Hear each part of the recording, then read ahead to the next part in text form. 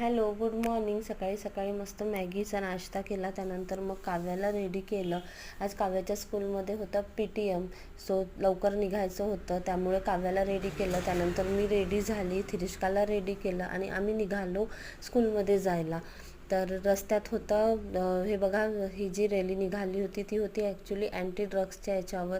So ती rally बघितली. त्यानंतर मग स्कूलमध्ये आलो, पॅरेंट्स टीचर मीटिंग अटेंड केली. त्यानंतर मग काव्याच्या स्कूलमध्ये झुले वगैरे आहेत, सो इथे आले स्कूलमध्ये. आणि थिरिष्काने झुले नाही झुलले असं तर होणार नाही, सो त्यानंतर मग झुले वगैरे झुलले.